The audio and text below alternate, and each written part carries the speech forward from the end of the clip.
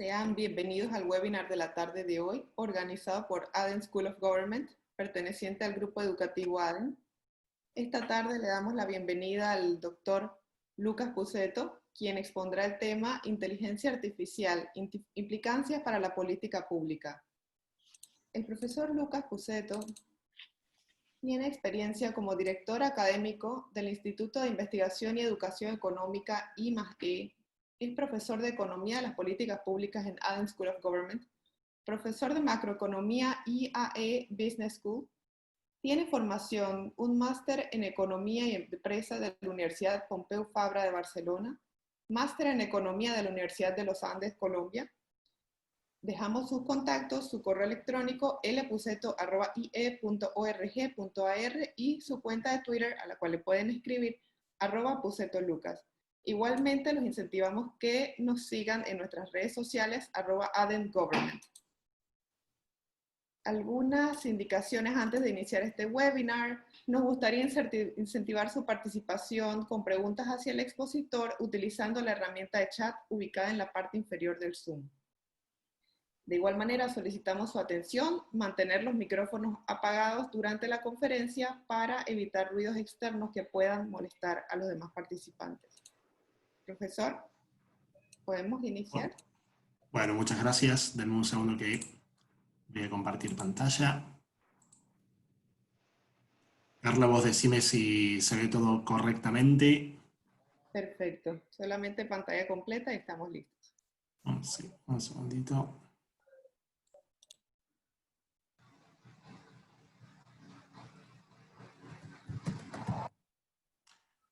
Perfecto. Deberían estar viendo en pantalla completa, ¿verdad? Bueno, sean todos muy bienvenidos, bienvenidas. Muchas gracias al señor rector Jorge Arguindegui.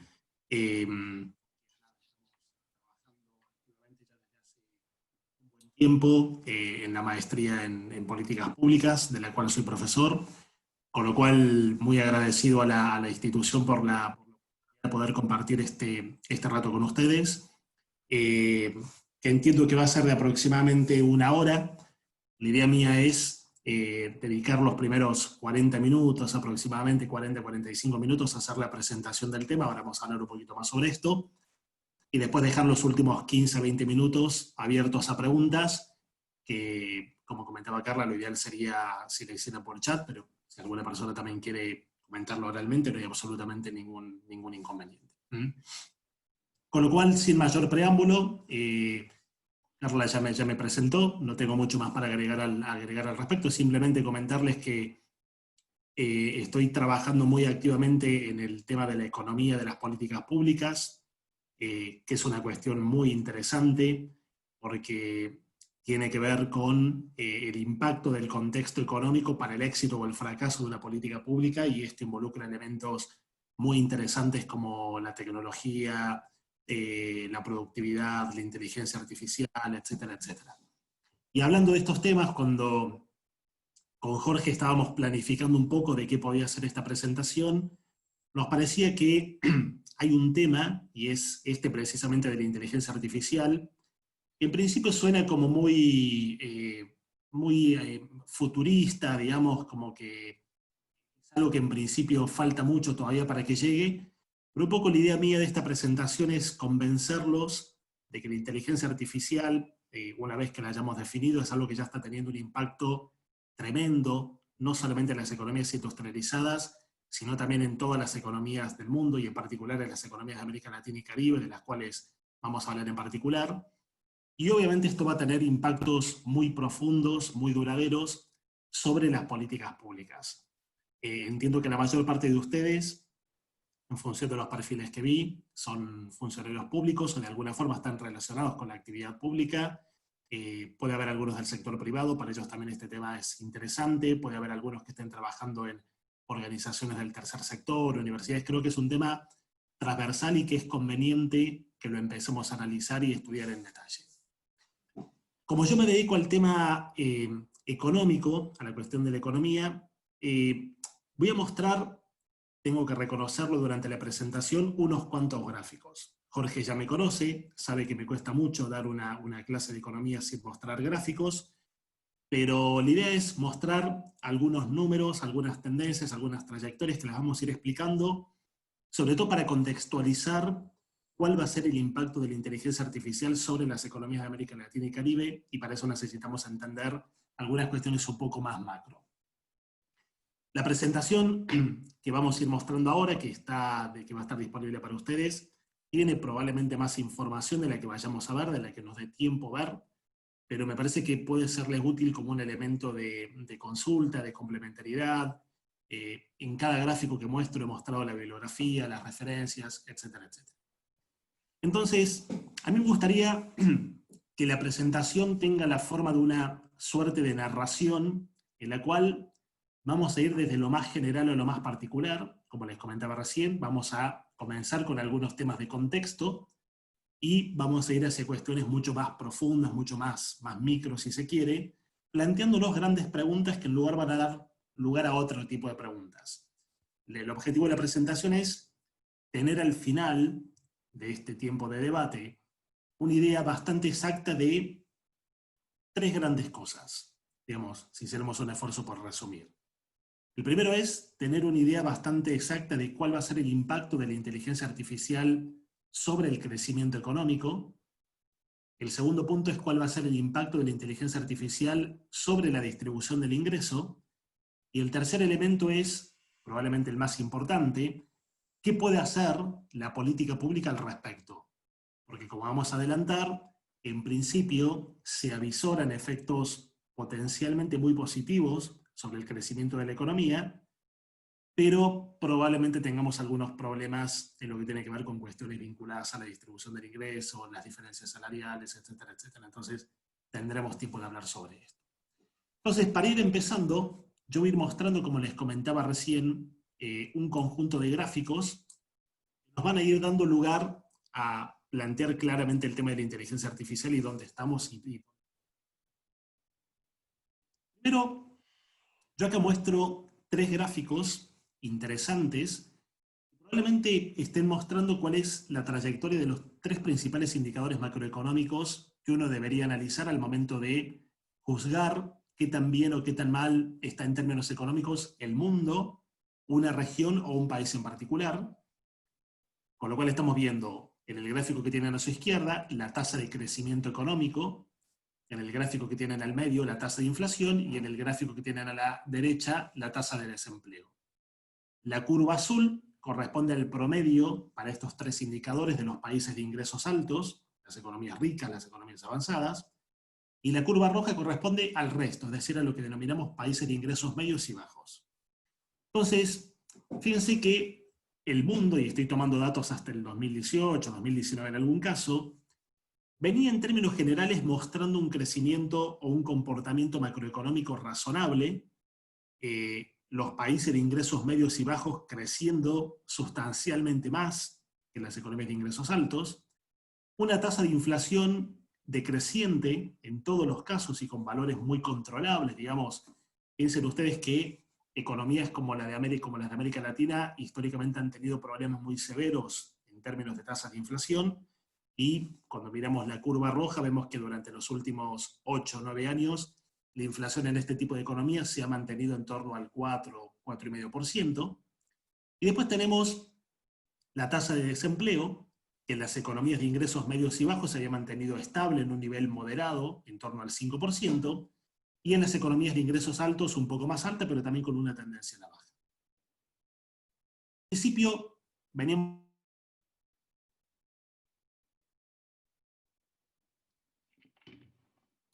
Profe, se le fue el audio un poquito. Se fue el audio, Lucas.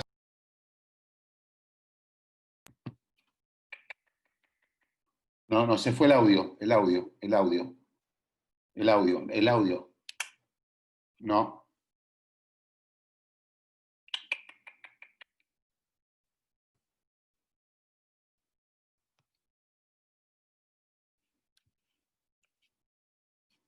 No.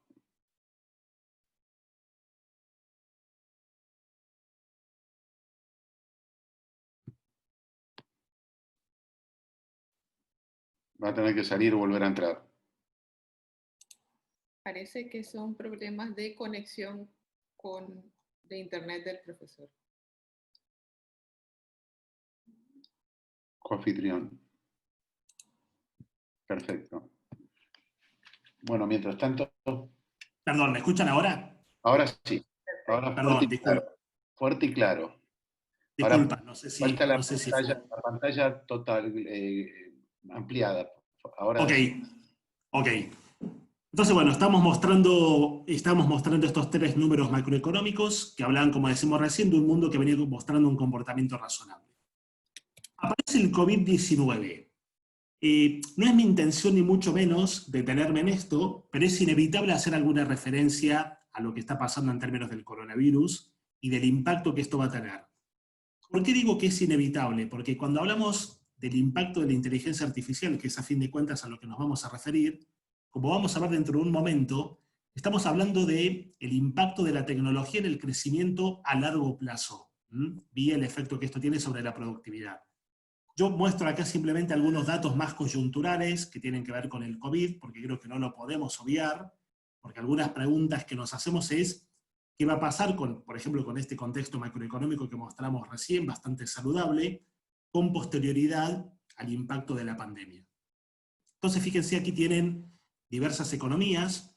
El gráfico que tienen a la izquierda muestra la estimación de crecimiento para el 2020 que había hecho el Fondo Monetario Internacional en enero de este año. Lo que tienen a la derecha es la estimación para el mismo grupo de países hecha por el Fondo Monetario Internacional en abril de este año, con lo cual esto es un cambio de paradigma total, con números totalmente inéditos. Y si lo vemos para América Latina, la situación es por demás dramática.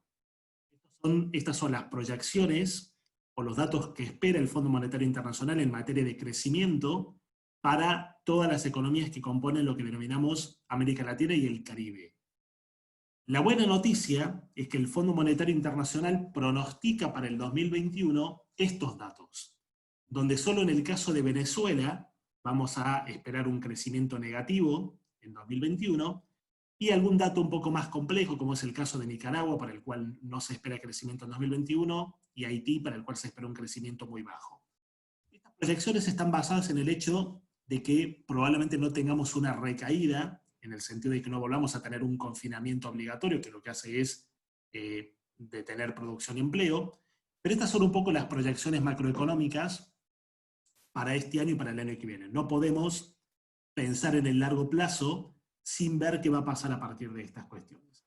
Y acá permítanme hacer un comentario que me parece que es pertinente, y tiene que ver con que cuando uno analiza lo que están comentando distinguidos analistas acerca de qué va a pasar a nivel mundial con posterioridad a esto, hay dos grandes vertientes.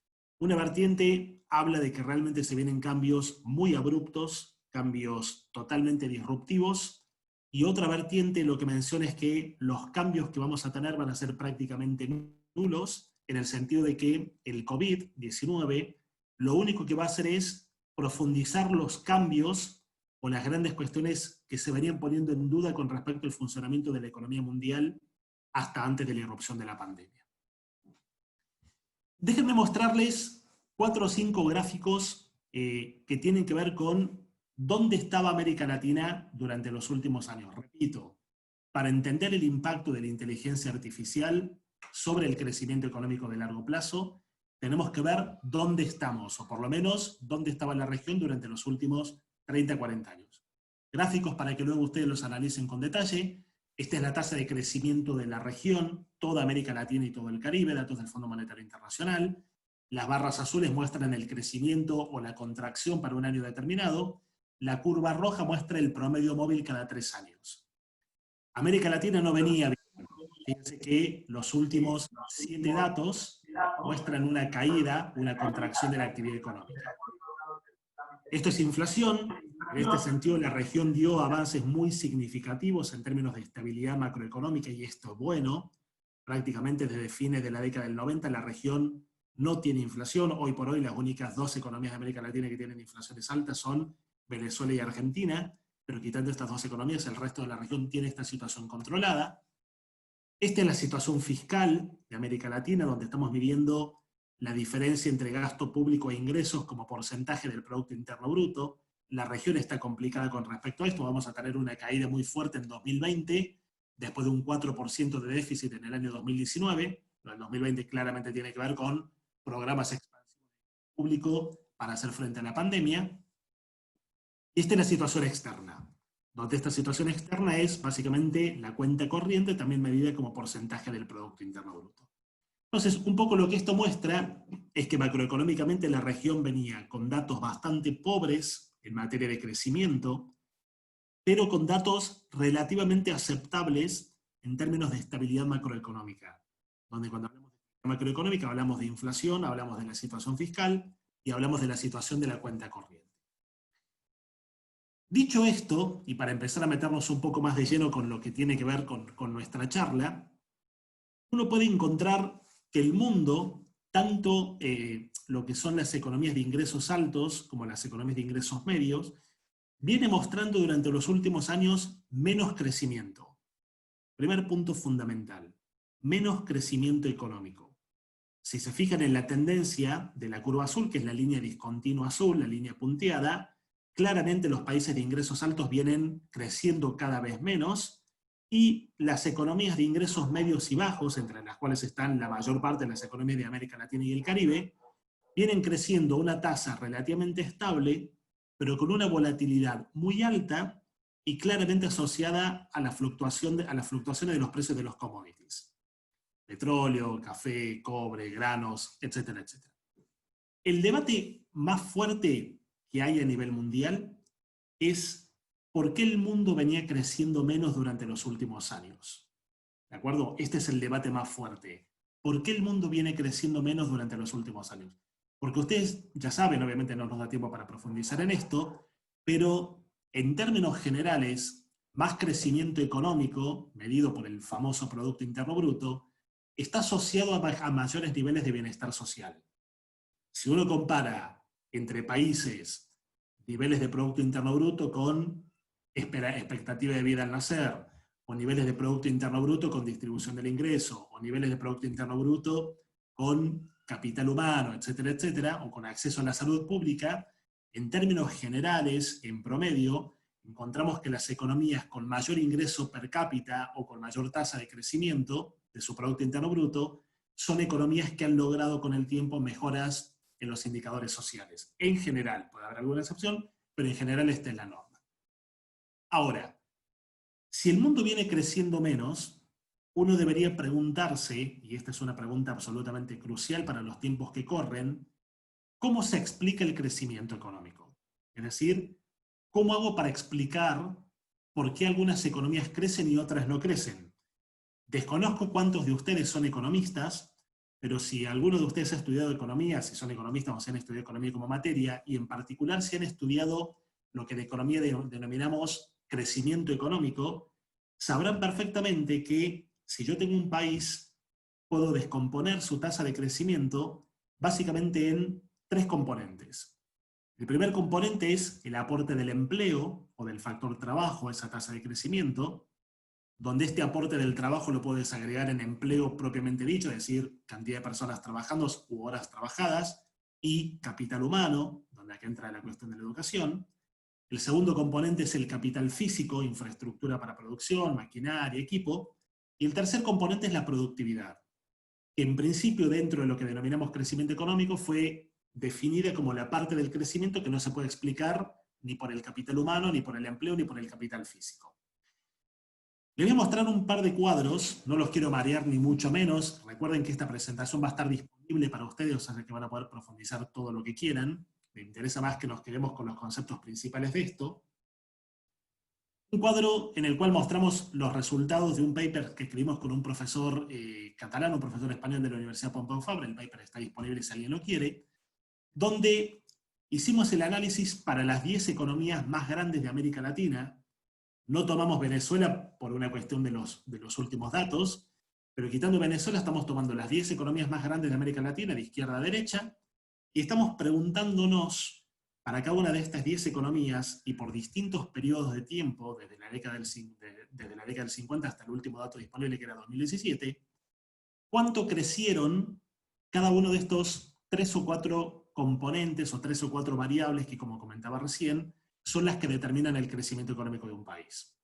Entonces, el cuadro que tienen arriba muestra la tasa de crecimiento del empleo, es decir, personas trabajando, esto es empleo formal, obviamente, es lo que tenemos, la cantidad de personas trabajando o la cantidad de horas trabajadas por persona.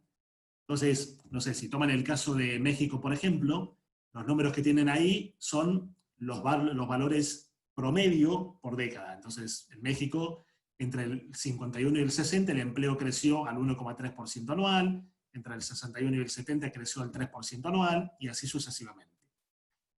Fíjense que prácticamente, en realidad no prácticamente, todos los datos son positivos.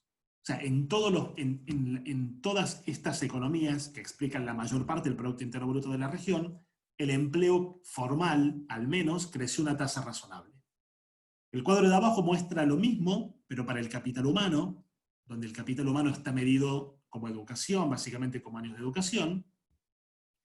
El cuadro que sigue de esta filmina muestra lo mismo, pero para el stock de capital físico, y yo suelo denominar al capital con este adjetivo físico para diferenciarlo del capital financiero, porque estamos hablando de infraestructura, como comentamos recién, lo que es obra pública, autopistas, carreteras, puertos, aeropuertos, maquinaria, equipo, ya que esto involucra el capital creado, digamos, por el sector público, pero también involucra el capital creado por el sector privado.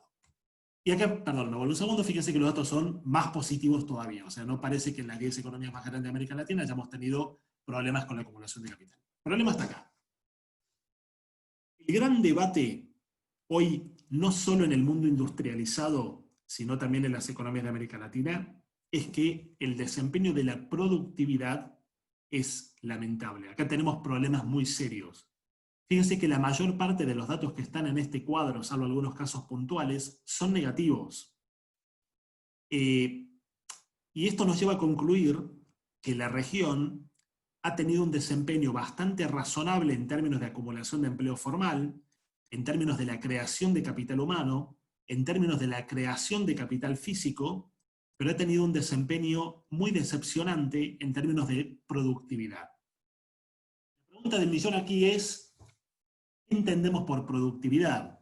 Bueno, en el caso, si uno comparara dos empresas, esta es una definición relativamente simple, porque uno puede preguntarse, ¿qué podría ser que dos empresas que producen el mismo tipo de bien o de servicio contraten exactamente la misma cantidad de personas, que esas personas tengan exactamente la misma cantidad de capital humano incorporado y que las dos empresas tengan la misma infraestructura de producción, aún a pesar de estas igualdades factoriales, obtengan distintos niveles de producción?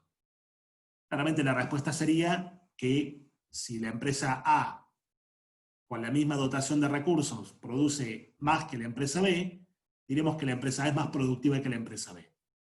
Esto, que en términos de empresas o en términos de sectores económicos es bastante fácil de ver, es algo más complejo cuando estamos hablando de un país. No resulta tan fácil determinar qué es la productividad de un país o de qué depende, ni mucho menos medirla. Ni mucho menos medirla. En todo caso, en términos de políticas públicas, hay un consenso bastante contundente de que la productividad es el resultado de la interacción de dos variables. Una es la tecnología y otra es la eficiencia económica. Vamos por la última.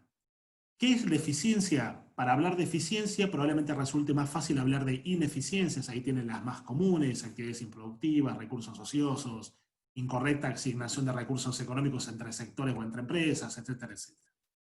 Pero a mí me interesa que nos concentremos sobre todo en la cuestión de la tecnología. Nuestro objetivo último es preguntarnos hasta qué punto la tecnología determina la productividad, que es la variable que comentamos recién, porque lo que está ralentizando el crecimiento económico a nivel mundial, hablo hasta el 2019, olvidémonos del 2020, que es claramente un outlier, un cisne negro, lo que está ralentizando el crecimiento de la economía mundial es un muy pobre desempeño o crecimiento de la productividad. Y está demostrado que si no crece la productividad, tanto el capital físico como el capital humano están sujetos a algo que en economía denominamos rendimientos marginales decrecientes. ¿Qué quiere decir eso? Que cada unidad adicional de capital humano o de capital físico incrementa la producción de bienes y servicios, pero en una cantidad menor a la unidad inmediatamente anterior.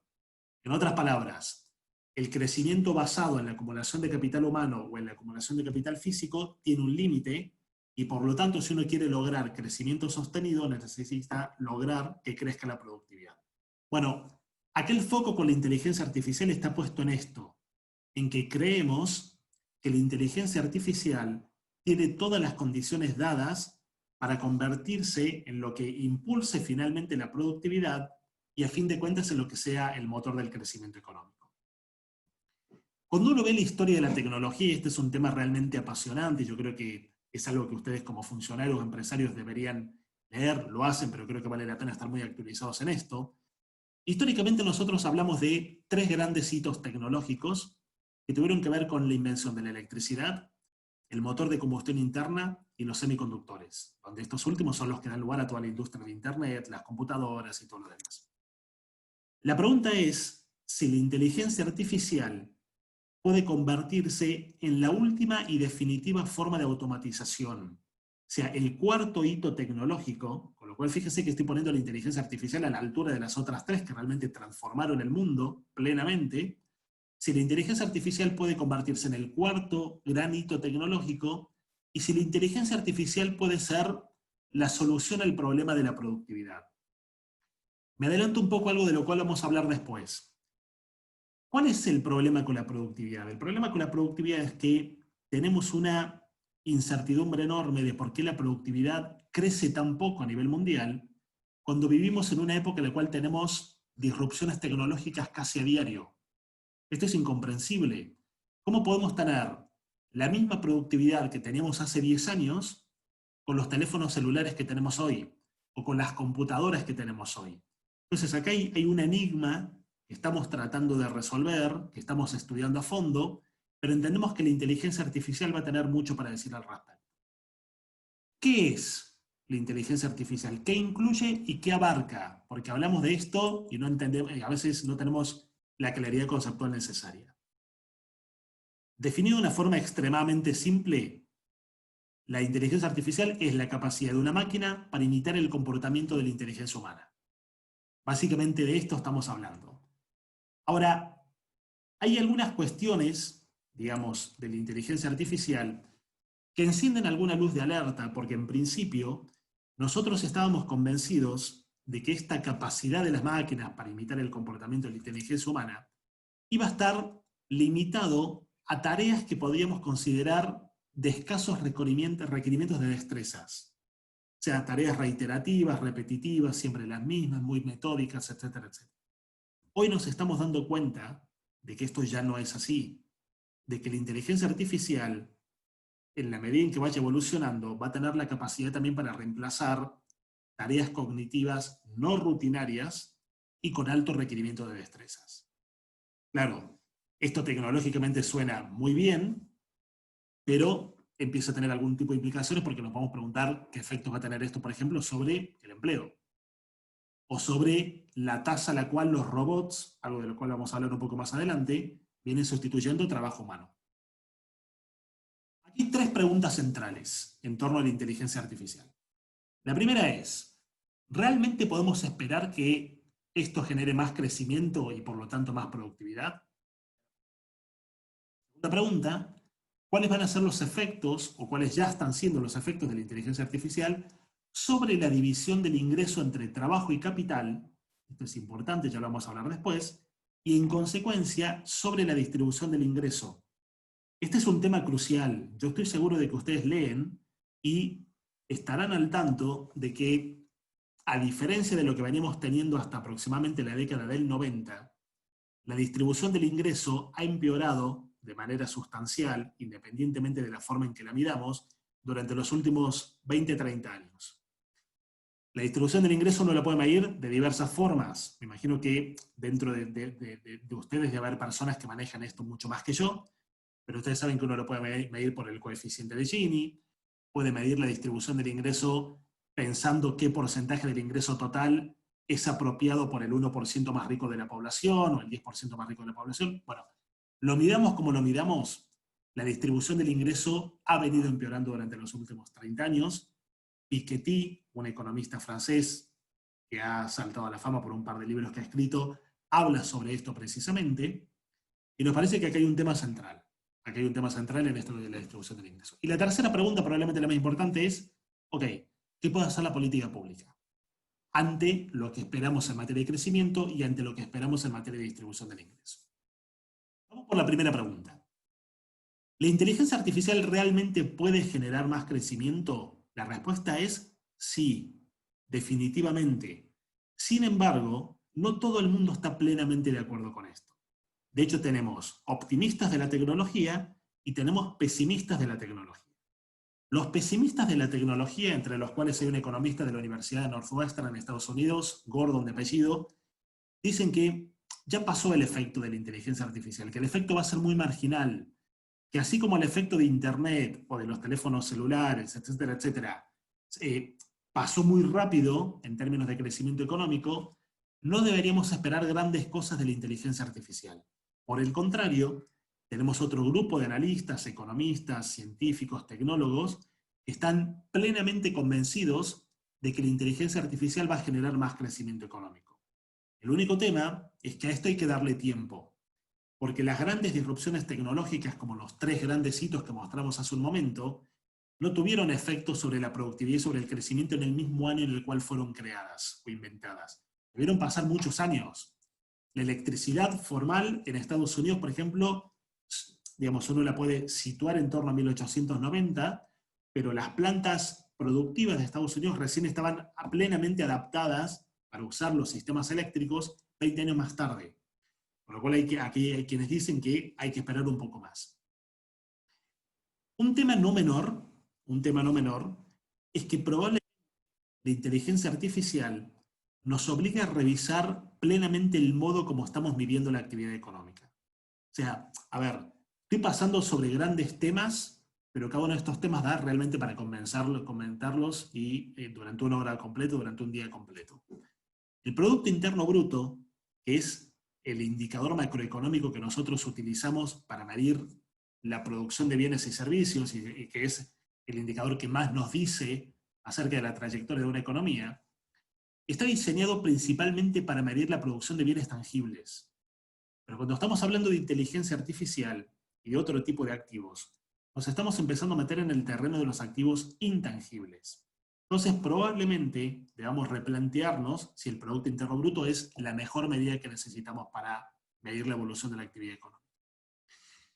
Finalmente, aquí hay un concepto que es el de singularidad tecnológica y que es un poco el que dio origen a la Singularity University, que la deben conocer, que, digamos, no solo espera que la inteligencia artificial genere más crecimiento, sino que espera que la inteligencia artificial entre en un proceso de lo que denominamos self-improving, es decir, inteligencia artificial que se va automejorando, y esto podría generar un crecimiento económico tremendo.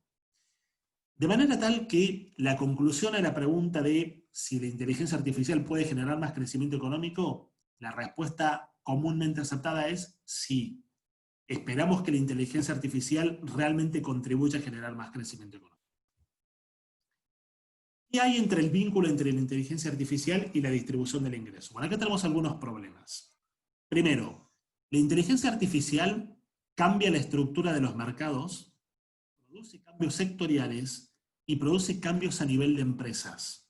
Vamos a hablar un poco más sobre esto luego, pero hay una tendencia generalizada de que los mercados digitales se están convirtiendo en mercados cada vez más monopólicos. Y esto es un problema. Entonces, los cambios en la estructura de mercados generados por la inteligencia artificial son uno de los determinantes principales de por qué esto puede generar un empeoramiento de la distribución del ingreso. También cambios sectoriales y obviamente cambios a nivel de empresas. Pero lo principal es lo que tiene que ver con los cambios en la estructura de mercados. Cuando uno va a ver si esto está pasando en los datos, lamentablemente la mayor parte de lo que tenemos para mostrar tiene que ver con salarios en Estados Unidos. Y fíjense lo que pasó, por ejemplo, con los salarios del personal con bajo nivel de calificación, que es la curva verde, con el personal de alto nivel de calificación, que es la curva negra. En principio hay una brecha interesante, pero hay una cuestión interesante también, y es que probablemente la inteligencia artificial lleve a las empresas a terciarizar actividades que requieren un bajo nivel de destrezas. Eso es lo que llamamos complementariedades entre la inteligencia artificial y el trabajo. Si esto ocurre y esto se mantiene en el tiempo, y de hecho es lo que podemos ver en este gráfico, porque fíjense que si bien la curva negra siempre está por encima de la verde viene creciendo más rápido, uno podría tener cierta tranquilidad con respecto al impacto de la inteligencia artificial. Ahora, vale la pena que nos preguntemos qué está pasando con el trabajo y la cuestión de las máquinas, porque cuando hablamos de inteligencia artificial estamos hablando, a fin de cuentas, de máquinas.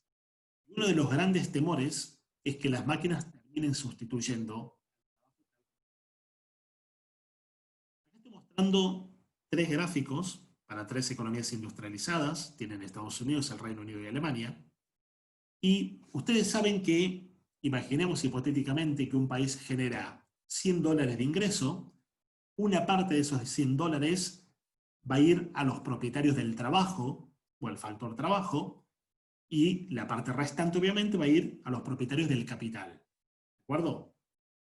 Lo que tenemos graficado acá es la curva negra, la participación del trabajo en el ingreso total, y la curva roja, la participación del capital en el ingreso total. Hay un fenómeno empírico que venimos observando bastante bien durante las últimas décadas, y era que la participación del trabajo en el ingreso total se mantenía relativamente estable a lo largo del tiempo. Pero, como pueden ver ustedes claramente en estos 3 gráficos, en estas 3 economías industrializadas, y me animo a decir en la mayor parte de las economías industrializadas, el trabajo, el factor trabajo, viene perdiendo terreno frente al avance de las máquinas, al avance del capital. Con lo cual, esto de la sustitución de personas por máquinas no es una cuestión futurista, sino que es algo que uno, y esto es lo contundente, puede ver en los datos. ¿De acuerdo? Esto ya está pasando. A nivel de América Latina, el proceso también se puede ver. Acá estoy mostrando datos de Argentina. El dato de Argentina por ahí es un poco raro, todo más quieto. Pero miren el caso de Brasil y el caso de Chile. Lo mismo. Curva negra, la participación del trabajo sobre el ingreso total. Curva roja, la participación del capital. En Brasil, el trabajo tuvo una participación enorme, estaba en torno al 90%, hoy está en torno al 75%, o sea que en 30 años ha bajado casi 15 puntos porcentuales. En Chile también viene bajando, o sea que ya está habiendo un proceso de sustitución. Acá tienen una referencia interesante dentro de Estados Unidos para ver el avance del capital por sectores económicos. Ahí está la referencia del paper en el cual yo me basé para estos gráficos. Esto para que les interese un poco. Claro, una cosa es mostrar esto en términos agregados para una economía completa, y otra cosa es mostrar esto por sectores económicos. Bueno, la verdad es que venimos viendo que, salvo algunos sectores puntuales, como si miran el gráfico de abajo a la derecha, lo que tiene que ver con el gobierno federal de Estados Unidos, o con el rubro salud, digamos, vinculado a hospitales o educación, en la mayor parte de los sectores económicos de Estados Unidos, el capital viene ganando terreno en su participación en el ingreso total. Estas curvas miden para distintos sectores económicos la participación del capital en el ingreso total. Síntesis, hasta ahora. Teníamos 3 preguntas para plantearnos. La primera pregunta era si la inteligencia artificial puede generar más crecimiento económico mediante un aumento de la productividad. Acá, como comentamos, hay opiniones divididas, pero la respuesta en términos generales es sí. Esperamos que sí, que esto sea una solución bastante contundente a esta disrupción que tenemos entre tecnología y productividad. Segunda pregunta: ¿cuáles son los efectos de la inteligencia artificial sobre la división del ingreso entre el trabajo y el capital y sobre la distribución del ingreso? Hay sustitución de trabajo por máquinas. Esto ya lo estamos viendo.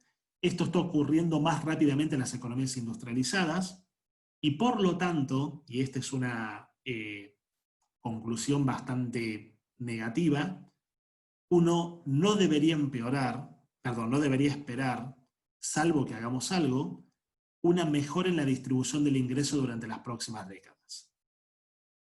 Es decir, ese proceso de empeoramiento de la distribución del ingreso que venimos viendo desde comienzos de la década del 90, no solo no debería verse corregido por la irrupción de la inteligencia artificial, sino que, salvo, como comentaba recién, que hagamos algo, debería verse exacerbado por la irrupción de la inteligencia artificial.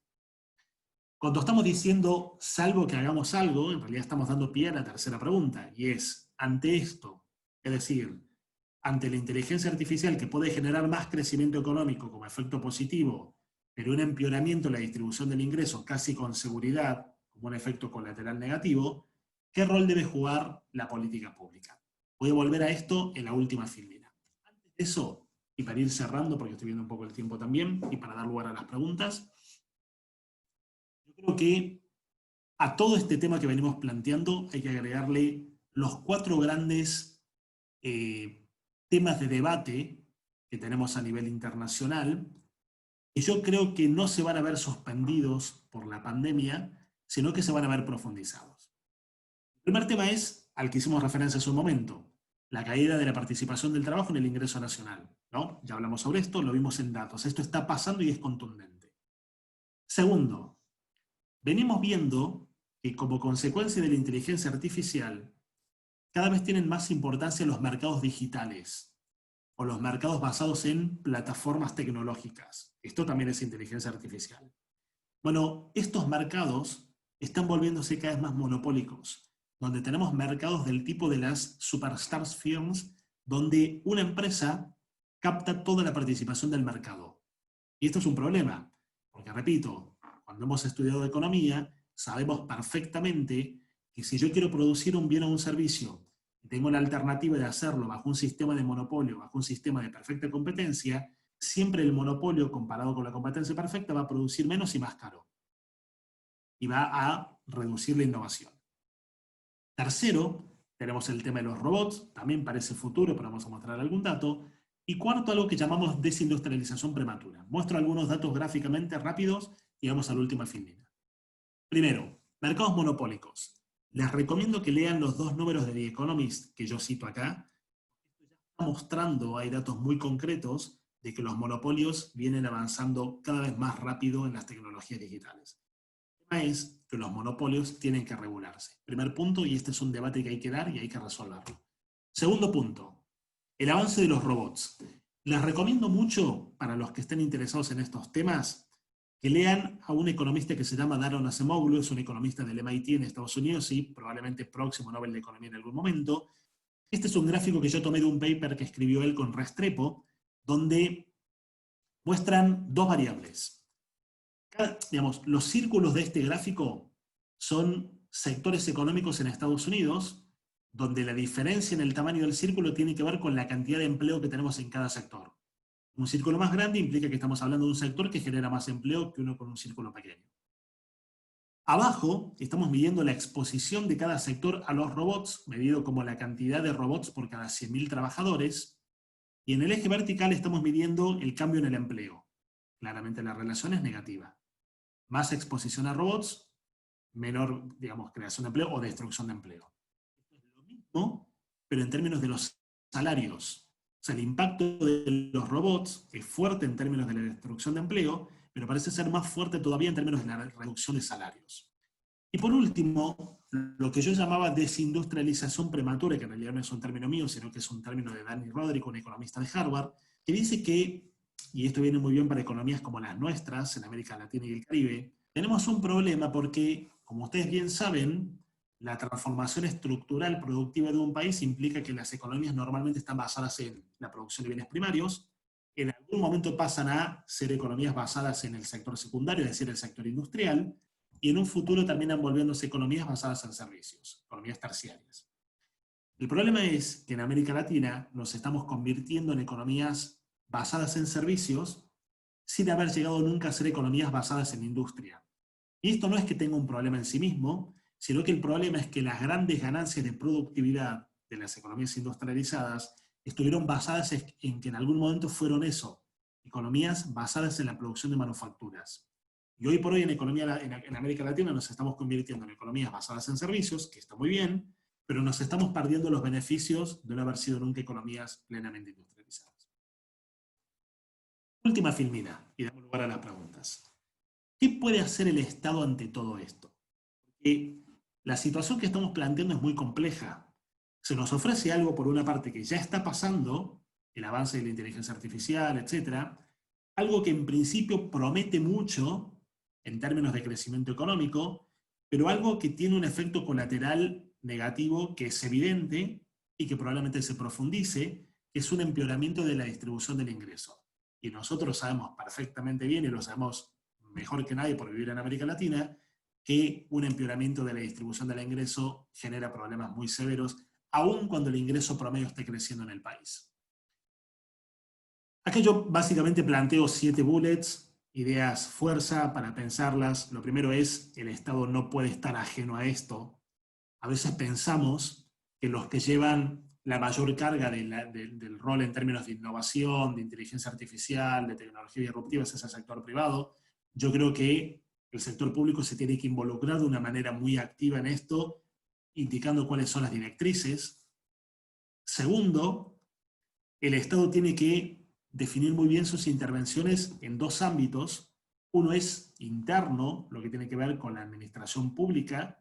Vivimos en un momento en el cual las administraciones públicas deben volverse más eficientes y además, y en esto les permito que lean un economista de la Universidad Pompeu Fabra, un politólogo de la Universidad Pompeu Fabra, Carles Ramío, que ha escrito un libro muy interesante sobre el rol de la inteligencia artificial y su impacto sobre la administración pública. Él tiene una tesis muy interesante y es que o la administración pública se adecua a estos cambios o se destruye. No en el sentido de que desaparezca, pero estamos hablando también de que la inteligencia artificial va a tener un impacto sobre la administración pública y sobre la política pública. El sector público debe regular la velocidad del avance de la inteligencia artificial, no es que cuanto más rápido mejor. Una alternativa es que si los mercados funcionan razonablemente bien, el Estado solamente debería tener un rol redistributivo, pero como los mercados no funcionan bien en términos generales, tiene que tener un rol mucho más activo. Se están pensando políticas muy concretas, como el ingreso básico universal o la renta básica universal, la creación de impuestos sobre la renta extraordinaria de los ganadores, la regulación de los monopolios, etc. Hay que avanzar muy sustancialmente en esto. Y sobre todo, más gasto de los gobiernos en investigación y desarrollo para liderar los procesos. Esto es importante. Y en este sentido les recomiendo mucho que lean un economista, Mariana Mazzucato, que tiene varios libros, uno se llama El Estado Emprendedor, otro se llama El Valor de Todo, que es un economista que está defendiendo de manera muy activa el rol del Estado en este tipo de cosas. Con lo cual, viendo un poco la hora, creo que hemos terminado más o menos bien, me pasé unos minutitos, pero nos va a dar lugar a preguntas. Mi objetivo era, digamos, seguir una secuencia de temas, ver de dónde veníamos, ver el meollo de la inteligencia artificial, su efecto potencial sobre el crecimiento y sobre la distribución del ingreso, y dar algunos lineamientos generales, obviamente, para profundizar acerca de cuál debería ser el rol del Estado en este tipo de cosas. Para los minutos que quedan, bueno, yo dejo de compartir la presentación. Veo que hay varias preguntas en el chat. Carla, no sé cómo te parece que lo manejemos, si vos querés ir viéndolas, me vas diciendo. Sí, así es, profesor. Tenemos muchas preguntas en el chat. Le inicio con la pregunta de Aileen. ¿Cómo hacemos un futuro más inclusivo con la barrera creciente de desigualdad de acceso a la tecnología y educación para capacitar al capital humano? Bueno, esa es una pregunta interesante. Digamos, nosotros en América Latina creo que hemos tenido algo de crecimiento inclusivo durante los últimos años. Cuando uno mira los datos de crecimiento eran buenos. En América Latina la distribución del ingreso mejoró, la pobreza disminuyó, pero este proceso de mejora en los indicadores sociales como consecuencia de más crecimiento se detuvo hace aproximadamente unos 5 o 6 años. Si no hacemos nada al respecto, las brechas salariales entre el personal calificado y el personal no calificado no solo no van a desaparecer, sino que se van a profundizar y van a ser cada vez mayores. Con lo cual urgen medidas de redistribución del ingreso. Hoy por hoy se está planteando en términos muy generales, y hay muchos economistas muy prestigiosos que hablan de esto, acerca de los impuestos al capital. La tesis de Piketty, el economista francés que escribió el libro del Capital en el siglo XXI y ha escrito otro libro recientemente, que son libros de lectura obligada, me parece a mí, tiene una tesis según la cual, mirando datos de historia económica, el capital o el retorno al capital siempre tiende a crecer por encima del crecimiento promedio de la economía. ¿Se entiende? O sea, si en promedio la economía crece al 2% anual, el retorno del capital va a crecer a un ritmo mayor. La consecuencia de eso, si se mantiene en el tiempo, porque además las tasas de crecimiento son exponenciales, es que la brecha en la distribución del ingreso se va a amplificar. No se va a resolver, se va a amplificar. Entonces, las medidas de redistribución del ingreso urgen. Probablemente el impuesto al capital sea una buena forma de hacerlo, igual hay que pensarlo bien. Gracias, profesor. Tenemos un comentario del licenciado Enrique de Obarrio. Licenciado, si gusta, puede abrir su cámara o micrófono y hacerlo directamente. Si no, le doy Sí, lectura. cómo no. Sí, buenas tardes a todos. Muchas gracias, profesor Puchetto.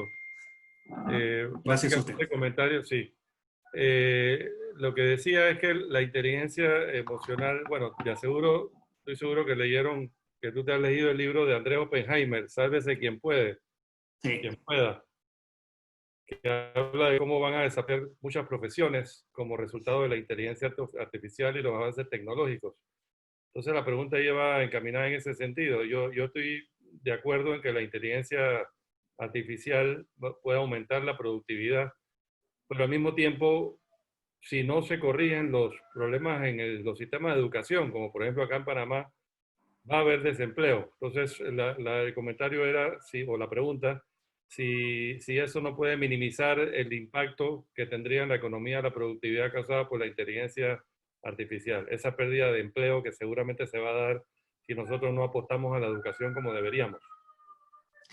Es una pregunta muy buena, porque claramente estamos hablando de que la inteligencia artificial va a tener un efecto positivo, no negativo, y en el agregado uno debería preguntarse cuál de los dos efectos va a prevalecer. Lo que usted está planteando es un escenario en el cual el segundo efecto prevalecería sobre el primero, es decir, el empeoramiento social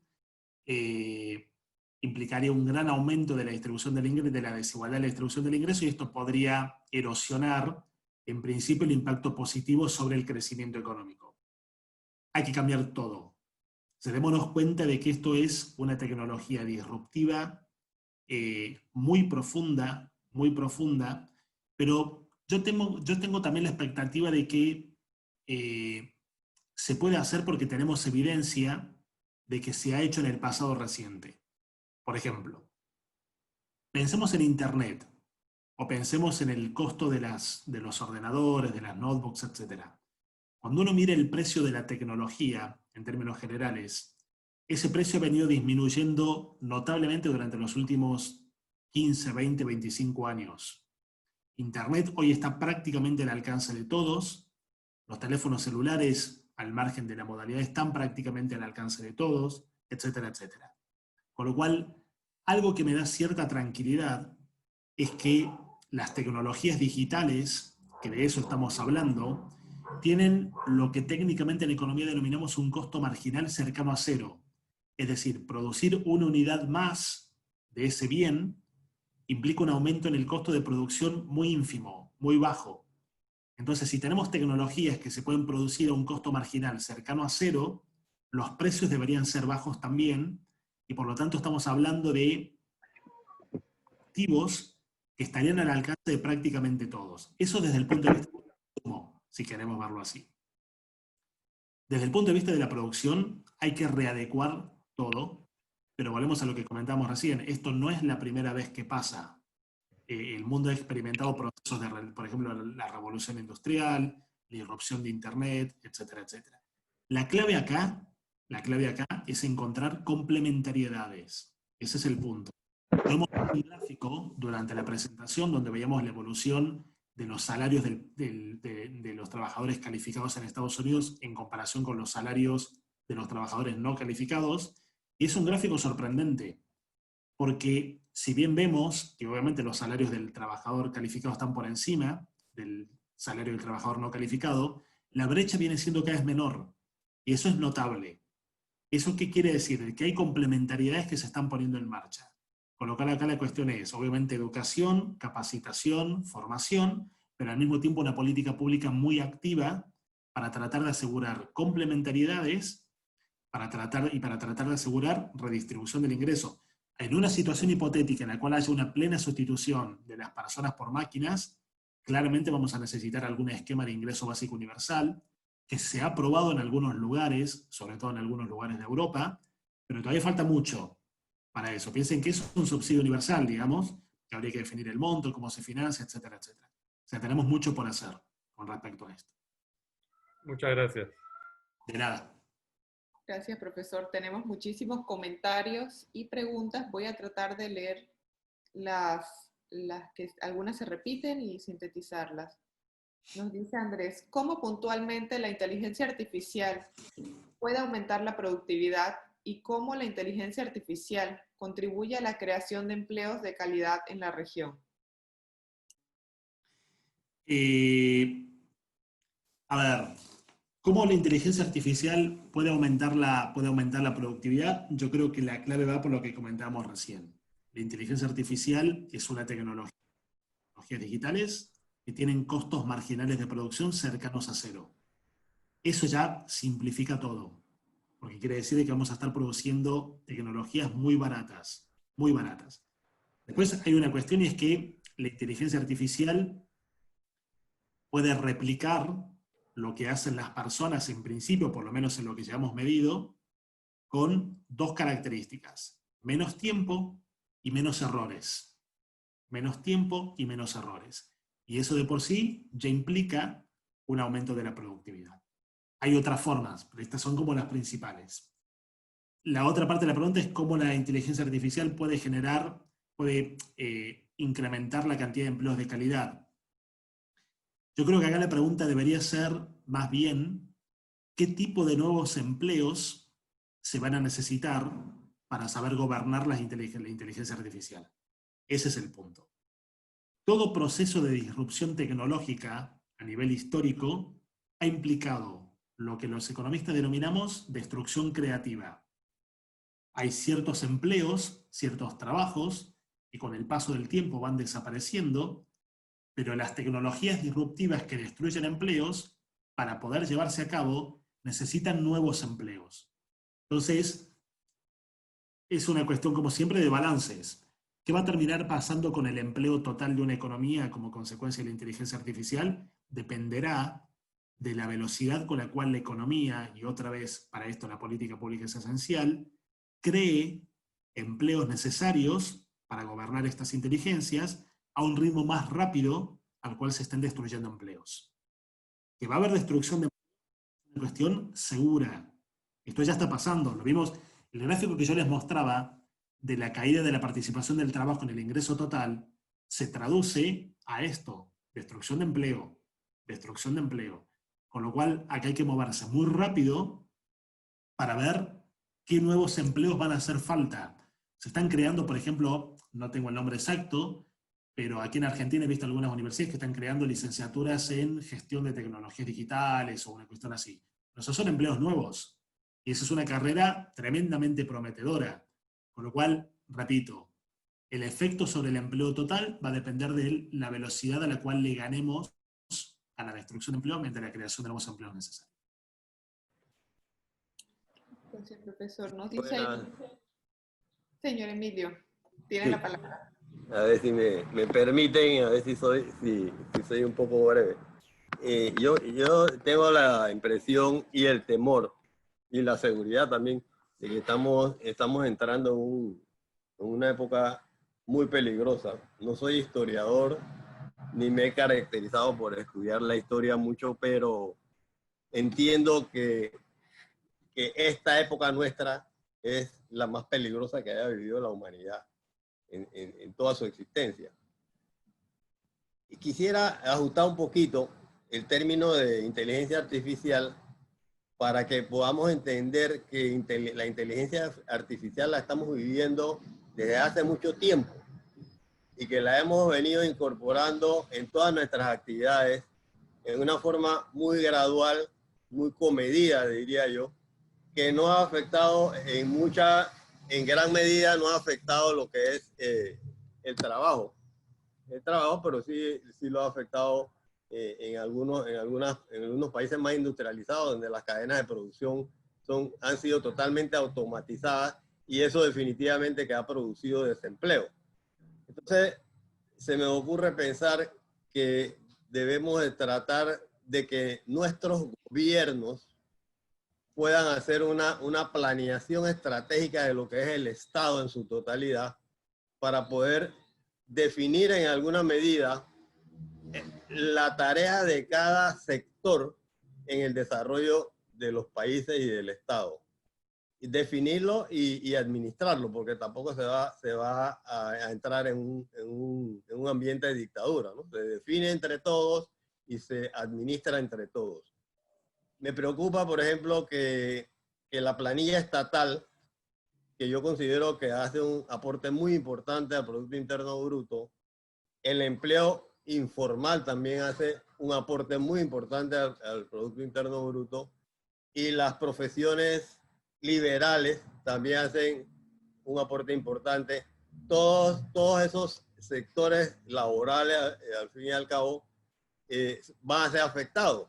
Entonces, al ser afectados directamente, la demanda va a disminuir.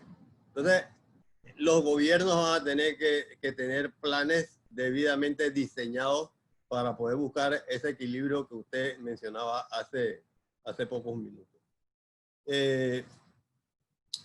La gradualidad en la cual se debe de ir incorporando más inteligencia artificial de la que ya estamos manejando, tiene que estar debidamente administrada por el Estado. Nosotros actualmente estamos viviendo inteligencia artificial cuando estamos frente a una reunión virtual con una laptop o una computadora de mesa, de escritorio, o con un celular. Creo que usted también mencionó algo de eso, pero ya estamos viviendo inteligencia artificial. Y el problema es que, y aquí vengo a la actualidad con lo que tenemos, los problemas que nos ha causado el COVID-19. El problema es que el COVID-19 nos ha obligado a hacer mayor uso de inteligencia artificial en un menor tiempo, y lo cual no estaba programado. Entonces, el peligro en una circunstancia como esa es que el capital financiero, que es un capital que no tiene alma, él invierte para recuperar su dividendo y su ganancia en el menor tiempo posible, y no le importa con el trabajador ni con el pequeño empresario y demás. Irrumpe en una situación como esta y tiene mayor ventaja de la que podemos tener cualquiera de nosotros, ya sea a nivel de trabajador o a nivel de profesión liberal o en el empleo formal. Entonces, no sé qué comentario nos pudiera hacer al respecto, e insisto en que definitivamente que necesitamos una planeación estratégica adecuada que debe partir del gobierno. Y agrego ya para terminar que van a ser muy importantes las universidades, especialmente las universidades del Estado, las universidades públicas, para poder ayudar en esta gran tarea en la cual estamos desde hace mucho tiempo, y que ahora el COVID-19 nos obliga a meternos con mucha más velocidad que la que traíamos antes. Gracias. Emilio, le agradezco mucho su participación. En realidad yo creo que usted ya prácticamente dio las respuestas, digamos, a estos temas, porque, a ver, tomé nota de algunos de los temas que usted comentaba. Primero, coincido plenamente en que la planificación del Estado es fundamental. Uno de los puntos que comentamos recién en una filmina era que el Estado no puede ser pasivo frente a esto, sino que la inteligencia artificial es un fenómeno que se debe regular, y que, entre otras cosas, lo que hay que regular es la velocidad con la cual esto ocurre. Comparto también su preocupación. Veníamos con un proceso de lenta incorporación de inteligencia artificial, y probablemente la pandemia actual lo que va a hacer, y de hecho lo que ya está haciendo, es incrementar esto. Con lo cual, coincido en todo lo que he comentado, Emilio. Creo que el Estado tiene que tener un rol muy activo, planificar muy bien, también creo que el Estado debe tener un rol activo no solamente en términos de la generación de las políticas públicas para regular la velocidad de esto y para marcar el ritmo y para marcar por dónde viene la inteligencia artificial, sino que el Estado también tiene que hacer un esfuerzo interno en términos de administración pública. A mí me gusta diferenciar entre las dos cosas. Una cosa es el rol del Estado diseñando y ejecutando políticas públicas en cualquier ámbito, el productivo, la salud, etc. Y otra cosa es el Estado gestionándose a sí mismo, o sea, la gestión del Estado, lo que llamamos administración pública. Y me parece que ahí el Estado en ese sentido tiene que dar ejemplo, porque hay muchos ámbitos, muchos campos en los cuales la inteligencia artificial tiene que tener un rol activo, digamos. Entonces, creo que estamos hablando de lo mismo y que todos los aquí presentes compartimos esto. No es un proceso que el Estado pueda ver de lejos, que lo pueda ver pasar, tiene que involucrarse. No es una cuestión que esto competa solamente al sector privado. En ese sentido, vuelvo a recomendarles que lean a este economista Mazzucato, que es un economista que en realidad dice, bueno, a ver, creemos siempre que el sector privado es más eficiente que el sector público. Creemos siempre que la investigación, la innovación, las tecnologías disruptivas surgen por iniciativas del sector privado y no tanto por el sector público. Bueno, todos esos son mitos. Y hay que desmitificarlos y hay que mostrar que el Estado tiene un rol muy activo en este tipo de cosas. Con lo cual, Emilio, comparto plenamente sus comentarios. Hace falta planificación, hace falta gradualidad, regular la velocidad, y hace falta educación para que esto realmente no termine generando una disparada en la desigualdad en la distribución del ingreso, que era algo que venía pasando y que el COVID lo único que puede hacer es potenciarlo. Pero nada, más bien yo le agradezco a usted su participación porque creo que ha aportado elementos muy, muy interesantes. Gracias, profesor. Hay algunas preguntas que van en la misma línea y la misma preocupación de cómo se reemplazaría la mano de obra que va siendo reemplazada por la inteligencia artificial. También que se necesitarán empleos nuevos, pero también nuevas gerencias renovadas con políticas y aprendizajes gerenciales. Sí, ¿Qué sí. cambios deberían existir para que esto ocurra? Sí, son preguntas relacionadas con lo que venimos conversando recién. Políticas de formación, hay que renovar planes de estudios, hay que renovar carreras universitarias.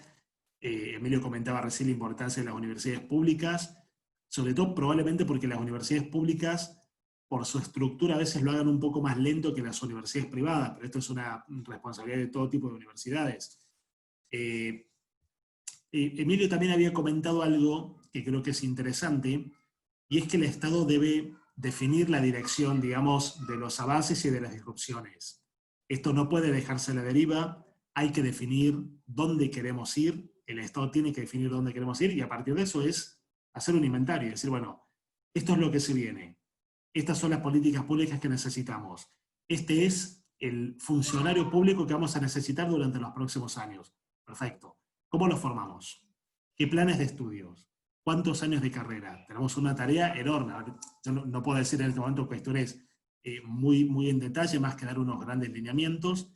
Tengo mucha casuística al respecto, con lo cual para la persona interesada, en la primera filmina están mis datos, igual van a tener la presentación, con lo cual con gusto luego les puedo pasar más información sobre esto. Ningún problema.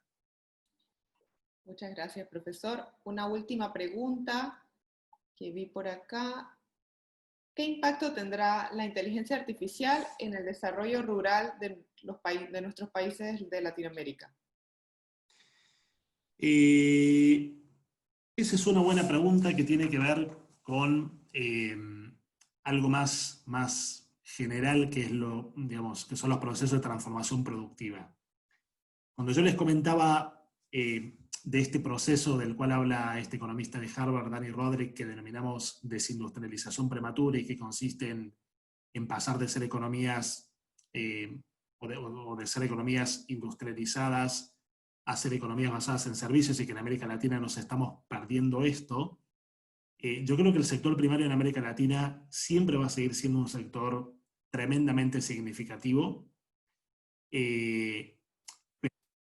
así como la automatización ha reducido el empleo en el sector primario, y esto se ha visto en todos lados. Eso es un fenómeno que va a seguir ocurriendo. O sea, la participación del empleo en el sector privado como porcentaje del empleo total de nuestras economías ha venido disminuyendo durante las últimas décadas. Pero estoy hablando no del empleo en términos absolutos, sino del empleo en términos relativos.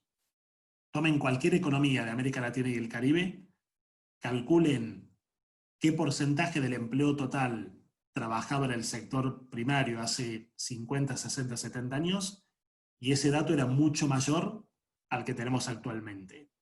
Entonces, eso implica de que en otros sectores el empleo está aumentando más rápido y también que algo de destrucción de empleo puede haber en el sector privado.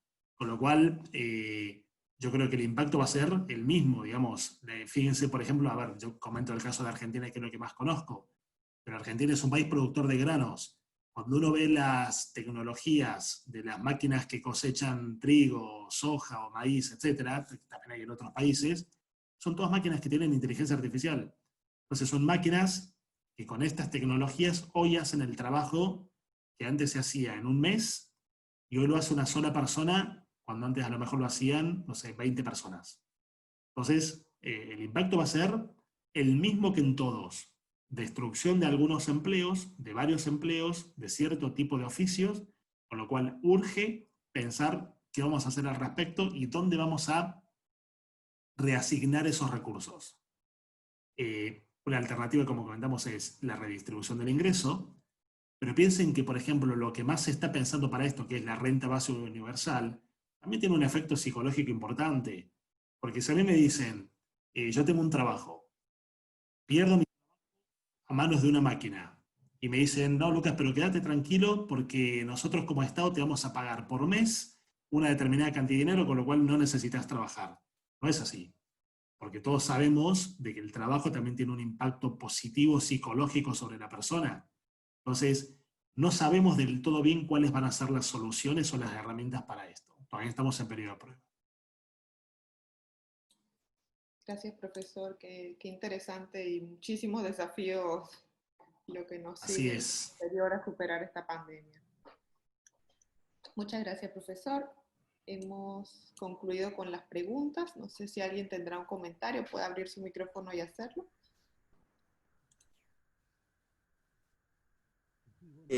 No sé si cabe un comentario breve. Nosotros tenemos un problema, pienso yo que tenemos un problema con relación a los aportes al Producto Interno Bruto. Están bastante concentrados en el sector servicio bancario y de grandes bufetes de abogados.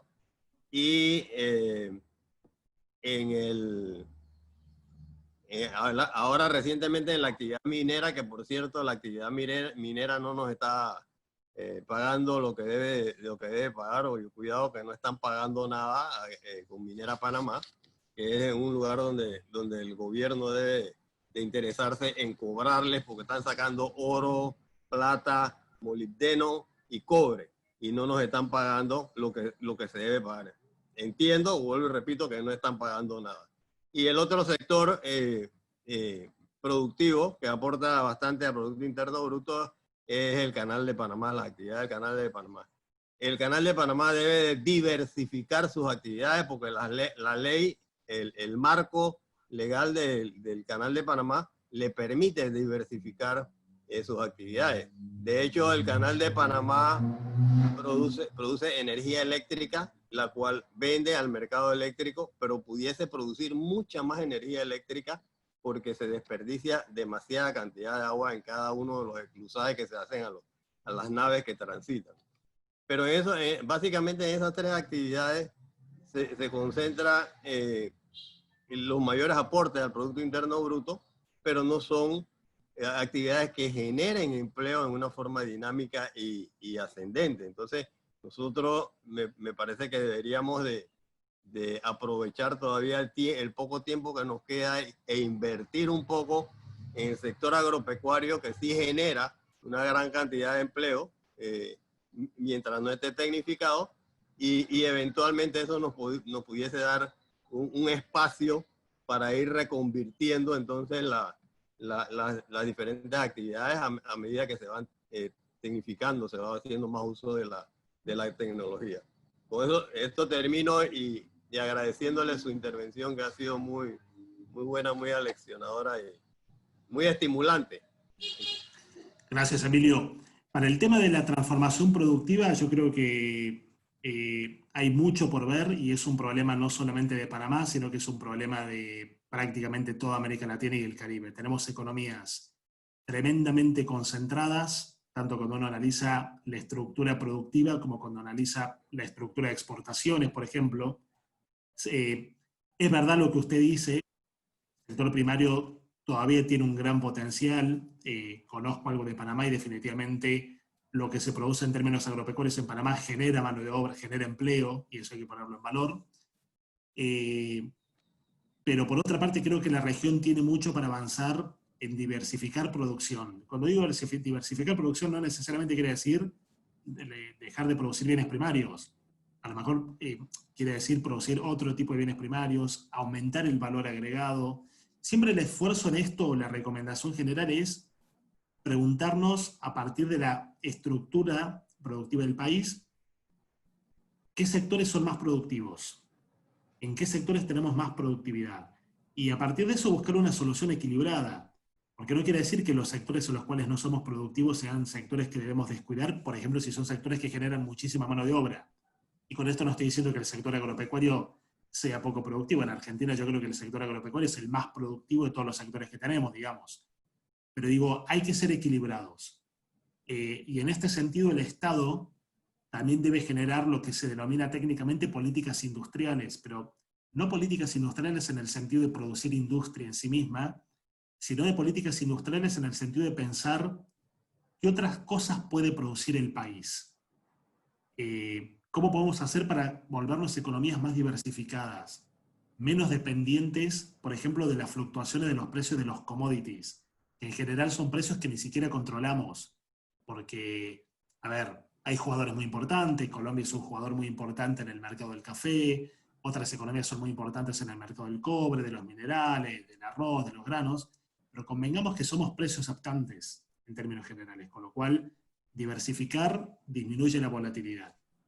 Es un gran tema esta cuestión de pensar cuál es la estructura productiva óptima para el país. Y esto es caso por caso. Una acotación interesante es que hoy, en términos de recomendaciones de políticas económicas para este tipo de cosas, ya no nos estamos manejando, por ejemplo, con lo que se definió en algún momento como el consenso de Washington, donde todas las economías tenían que hacer lo mismo si querían crecer, sino que hoy estamos plenamente convencidos de que cada país es un caso distinto y que la política económica tiene que adaptarse a las condiciones locales del país. Si no, es imposible. Micrófono abierto a M. Fabián. ¿Te gusta hacer algún comentario, licenciado? No, yo no escucho. No se le escucha. Creo que tiene el micrófono muy configurado en un volumen muy bajito. Josefina, a ver, ahora voy a tratar. José, para que estoy con... Quizás si se acerca al micrófono. No, pero me parece que es un problema de otra cosa. Sí. Ahí va. ¿Ahora estamos bien? No le escuchamos, licenciado.